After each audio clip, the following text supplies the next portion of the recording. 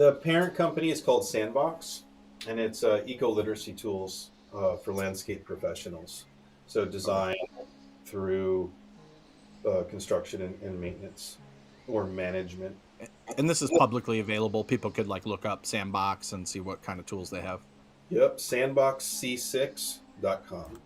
All right, I'll put that in the chat. And then the first and currently only product of Bond or of Sandbox is Bond.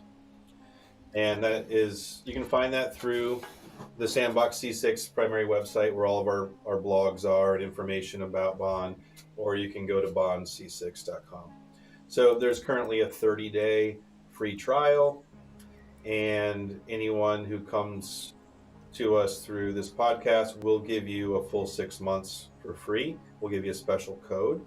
I don't have that Awesome. code. You'll have to email in to info at sandboxc6.com. Thank you for that, by the way. That's awesome. Yeah, absolutely. We want people to use it, and we want critical feedback.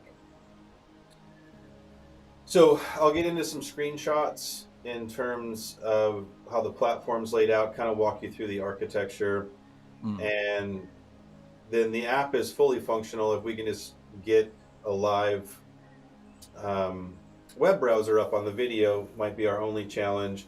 Then Yep. we can actually tap into it live. So what we're looking at here are all of the input categories. So it's broken out. There's about 310 inputs, right? So we can get really granular. So we can measure down to the 6-inch staple that holds your drip line in. We can Wow. measure the emitter, right? Which is also quite daunting to some folks. So there'll also be what we call time savers. So anytime that we bunch a group together, let's say a crushed stone path has steel edging, it has base rock, it has crushed stone, maybe it has gopher protection. If we create these groups, there's a slight drop in accuracy, Mm. right? Than going individual with exactly how you do it. But we were finding that folks were having, it was a barrier to entry. It was just too much data to input. Yeah. And so we have pre-calcs for different hardscapes, for grading, irrigation, rain catchment systems, lighting systems, whole planter beds that include a certain mix of perennial shrubs and grasses and perennial plants, drip line, mulch, compost, all included. You just put the square footage in. We can get to that later. Fantastic. Yeah. But basically, everything you see here, short of one that we'll get to in a moment, these are all emissions. And people often get confused about the plant and soils, but these are on the emission side of it. Yeah. You know, it does cost carbon to grow plant material commercially, right? Right. And you know, the carbon conversation is really just a microcosm of the conversation permies have been having for decades, which is embedded energy. Yep. We've just kind of say carbon now, right? And embedded injury, yeah, embedded em- embedded energy is beyond carbon, but it's good synonym for our purposes. Yeah. So we break these down into basic design and installation categories, and then we actually offer the ability for, if a contractor is using this, to determine their in-house transportation. Mm. Right, we have different types of trucks. We have percentages for different types of employees, etc. You can calculate your own local deliveries, and then we have equipment use, everything from electric battery operated blowers through various forms of diesel equipment Mm. that work on manufacturer specifications, but also field studies of actual projects, multiple projects in which we had our contractors tracking fuel consumption and the amount of hours that they were working to see how well they align with manufacturer specifications. So we're broken apart into these plus one that's called sequestration. And this is our main interaction for inputs. Cool. So again, these are the input groups. They're on a scroll. This is not a live screen, so we can't scroll right now. But these are all the different groups. We're currently in lighting, which is the yellow group. And you'll see at the top, we have a time saver pre-calculated lighting systems. So a simple 150 watt system or a 600 watt system. And in the live screen, you can hover over the information button and it'll tell you everything that's in there. Mm. One transformer, 40 path lights, 40 wall lights. And then you can go into the white pages on the Sandbox website and you can find the source for everything that we've done. Um, Jeez.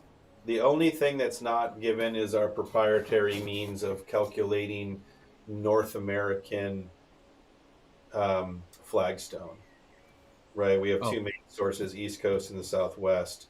Mm. We calculated transportation, and we actually have no problem making that public. We just haven't yet. Okay. All right, so you're entering all of your inputs here. You can just do the pre-calc, or you can go down and break it apart. Now, this is a scroll that will have fixtures, wires, wire nuts, boxes, everything that you really need to create um, a lighting system. Now, the world of fixtures is so vast. We obviously do not have all the fixtures, but we have types of fixtures, size, and we've chosen just bare metal without the powder coat, right? Because we had to narrow this down somewhere to be directionally accurate, and this gets us very close.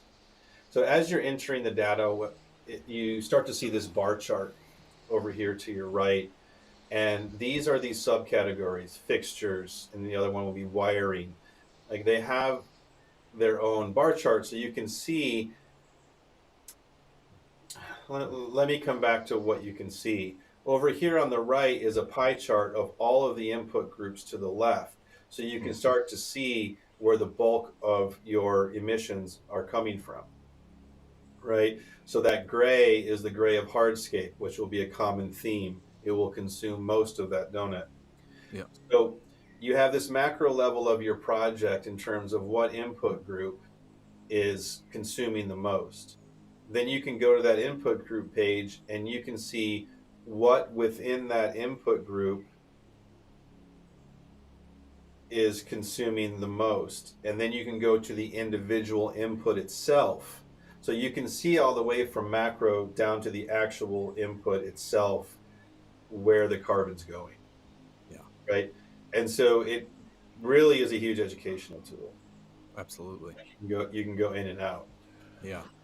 In terms of that barrier to entry of too much data, the project that we just submitted our design development set for a project, and with that information, within 10 minutes, it was actually less than 10, I had used the time savers and I had come up with a preliminary sequestration equilibrium timeline for that project. So Mm. if you're already moving through the design process and you're providing square footages and linear footages of certain things, um, you have most of the data at your fingertips. Not all of it, but most of it. Mm. Right, and then we have our initial sequestration.